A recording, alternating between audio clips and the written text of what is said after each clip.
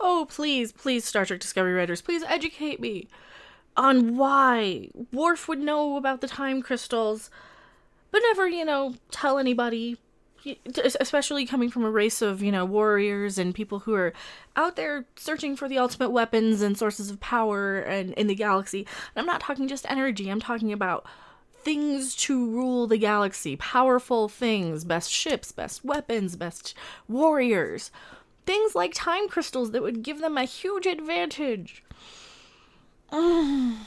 Please educate me. Also, hello everyone, I am Mecha Random 42, your favorite YouTube heartbeat. Don't remember if I said that or not, but whatever, if I didn't say it, or if I said it again, this breaks my brain. You know what, it's because Worf is hoarding all the time crystals, right? I can't go back and reset it. We're just gonna go with the flow, and Sci-Fi Wire is going to tell us the Star Trek Discovery writer's explanation of Captain Pike's future and what Worf knows about the time crystals. Wow. I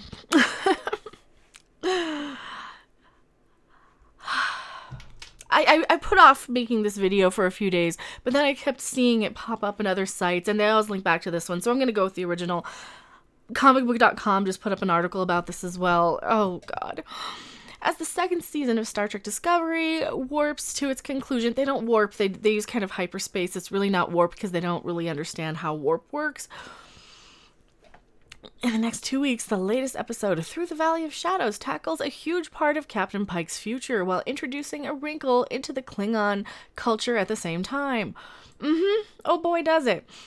There have been a lot of big episodes in this season of Discovery, but in many ways, Through the Valley of Shadows feels like the most pivotal. No, it really doesn't. It really doesn't. I like the one where Michael Burnham kept burning alive, or was like thrashing around. Her face was burning, she was suffocating. That one is probably pretty pivotal. And Spock liking science, that was pretty pivotal too. Written by Bo-Yeon Kim and Erica Lippolt. Can these people be like fired? please. I'm just saying, because here's the thing. Well, I'll get to that. I'll get to that in a bit. They can't even come up with a good explanation on the fly about why he wouldn't know, right? Their excuses. He wouldn't need them. He wouldn't need the time crystals. He's not there for that reason, right? I can think of a better excuse right off the top of my head. He wouldn't have been told that they exist. How about that? He wouldn't have been told about them. That would have been a better thing. Sci-Fi Wire caught up with Kim and Lippold to get a sense of how they crafted this chapter of the Star Trek lore. No, of the Discovery lore. They use little words like this. They use little keywords like this chapter of Star Trek lore to convince the kind of less than critical thinking Star Trek fans out there into thinking that this is actually part of TV canon, and it's not. It's part of the Prime, or it's like an alternate universe in the Prime, Kelvin, blah, whatever, I don't know, the Prime, and then you had Kelvin, and then you've got canon over here. Watch Midnight Suds' videos. They've done a great job explaining all this. And what it means for the future for not only Captain Pike, but for the Federation and Klingon Empire too. Well, those are Klingorks, they're not really Klingons. So, spoiler warnings, it doesn't matter. It's really not anything to really be shocked by. Without a doubt, the biggest twist, why was I going to say plot twist? The biggest plot twist in the new episode is all about revealing Captain Pike's tragic future and forcing him to live with it. In the original series, Pike was heroic in the cage, but tragically disfigured and kept on life support in the menagerie. Prior to Discovery, fans didn't really see how this happened to Pike, but no one assumed that he saw it coming. Yeah, because that's kind of dumb.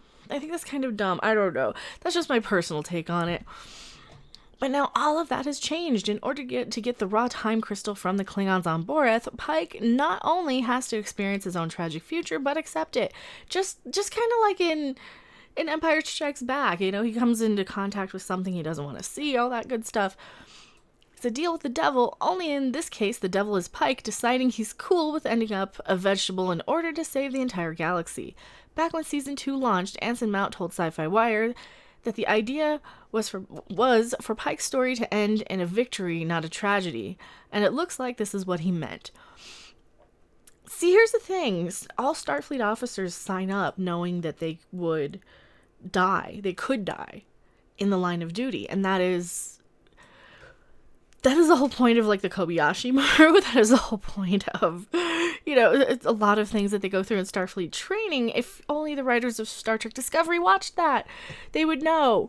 Also, they're name dropping Boreth because they think, oh, that's a reference from TNG. People will, like, be like, oh, Boreth.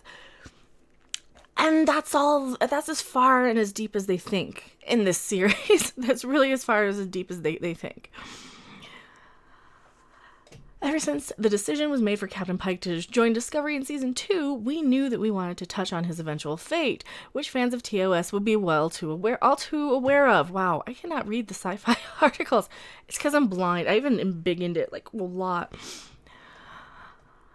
With the unfolding of the Seven Signals / Red Angel mystery, we wanted Pike's involvement in the mission to not just be additive, but crucial. Pike became the perfect candidate to be faced with a life-changing trial, having him not only witness his accident, but have to make the choice to accept the fate for the greater good, is a sign of his character, noble, brave, and selfless. See, that's all Starfleet officers, though.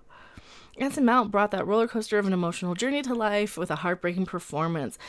I will give him credit for that. He is the only really good actor on the show who's actually knocking the character, like, just out of the park every single episode when they let him. So keep that in mind when they actually let him and give him some decent dialogue and don't cut his balls off in the process. He's doing a great job. But every time he gives an order, you have Michael Burnham being, pulling a Burnham and saying, I'm the most important, you're going to listen to what I say, instead of, saying, yes, Captain, yes, sir. That bothers me. They're really, really being disrespectful to this character, to the military chain of command. By accepting his fate, Captain Pike also now knows that although he'll end up in pretty bad shape, he will survive whatever the next couple of years throw at him. So does Pike think he's kind of invincible, at least for a little while? Pike doesn't believe he's immortal. On the contrary, he feels like a man on borrowed time. Kim and Lippold explain it. Yes, there will be moments where, if the circumstances don't line up, he might assume he is safe, but despite being shown that he is destined to a certain tragic accident on a Starfleet vessel, something that would drive anyone else far away from Starfleet, he chooses to stay on his path and continue to serve the Federation. Well, yeah, because he's a Starfleet officer. They kind of know that. And I would assume, like anybody, you would assume that you can change history or the future, because the future hasn't happened yet. At least not in this version of Discovery. I don't know. I think I'm reading a lot more into it than the writers probably thought about. Pike not only becomes crazily more heroic and selfless than anyone previously imagined in the scene, but he also gains the respect of the Klingon timekeeper. Pike could have walked away from his future, but then he wouldn't have been able to take the crystal with him. The Klingon timekeeper, who turns out to be Laurel and Tyler's son in the future, is taken aback by Pike's acceptance of his fate and says, "I honor you, Captain." That was a great scene, but it also added a new layer. No, it didn't. It just was something that they heard. I wonder if, like, the continuity experts are in the writers' room fucking with them, knowing that they're not going to, like, go and check. Kind of like, did you guys ever see that episode of the IT Crowd where they make the joke to their boss lady who's, like, not a tech nerd, and they give her a box and they say, "This is the internet," and she believes them. And then not only should she believe them, but she goes and takes it to an entire boardroom of people who believe that that's the internet.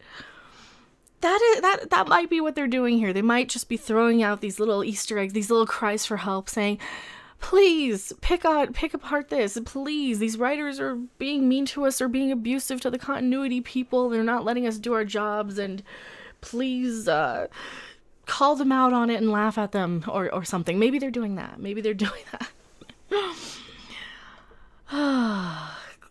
In The Next Generation, Worf visited Boreth on a religious quest in the episode Rightful Heir. Obviously, at the time, over 100 years in Discovery's future and an alternate universe, none of these Klingons mentioned anything about time crystals because they didn't exist. That's fantasy, not Star Trek. Star Trek is not science fantasy. It's science fiction. It is based on... You need scientists when you hire somebody for science fiction. You need physicists, theoretical physicists. You need psychiatrists, sociologists, archaeologists. You need those type of people working on science fiction. For fantasy, you need people who believe unicorns are real, right? You need those people. And that's where the time crystal thing comes in, because it doesn't make any sense to have it in Star Trek. If the Klingons are sitting on something so powerful like that they can control time, oh no, it's too powerful, we don't use it. My ass. Do you expect us to believe that? That's fucking stupid. That's just fucking stupid. Did the Klingons use them all up before the next generation? Does Worf know about time crystals? Back when Klingons were like kind of okay. They kind of looked like bikers. You know, yeah, they were okay. I would not want to fuck one of these new Klingons. The Klingons in Next Gen, sure, the long hair.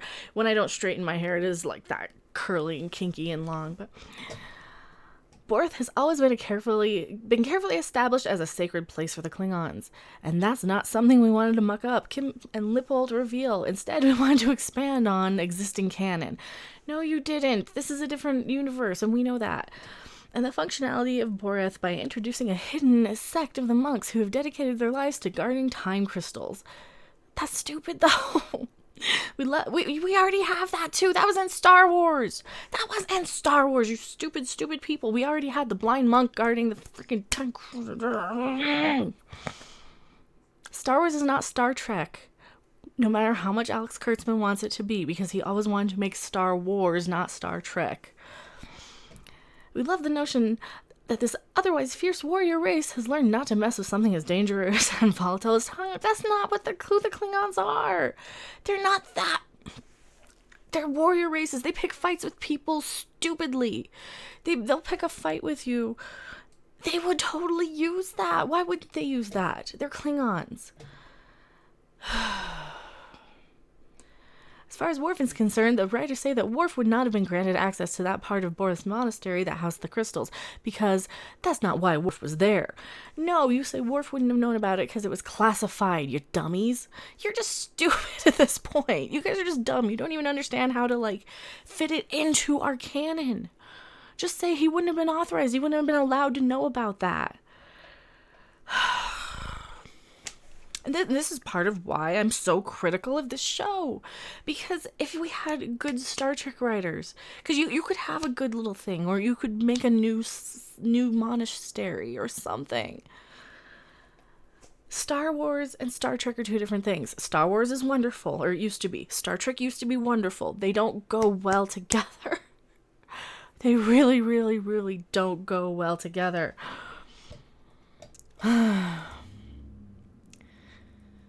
The writing pair also noted that to say anything more about the time crystals would be spoiling the final episodes, and they're probably going to do something where it doesn't exist. It completely retcons this entire timeline or something stupid, which would be fine for me, but it would also admit that your show is so bad that it would need to completely retcon the entire thing.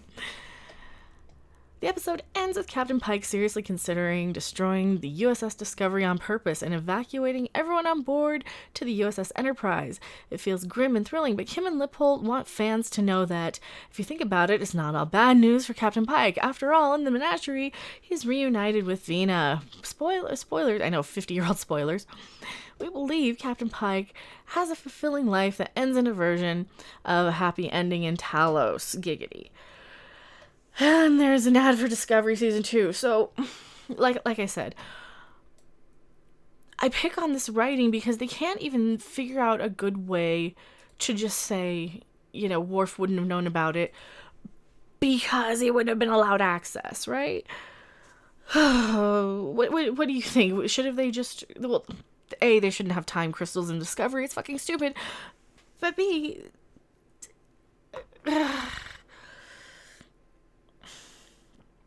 Just write better. Just watch Star Trek. I know. You probably don't have a lot of time. Watch Star Trek before you try and write Star Trek. Listen to your continuity experts if you're not. I am Mecha Random 42. I will see you guys on the next video or live stream. Bye! Thanks for watching! If you liked it, make sure to hit that like button. And if you want to see more, don't forget to subscribe. See you in the next video. Bye!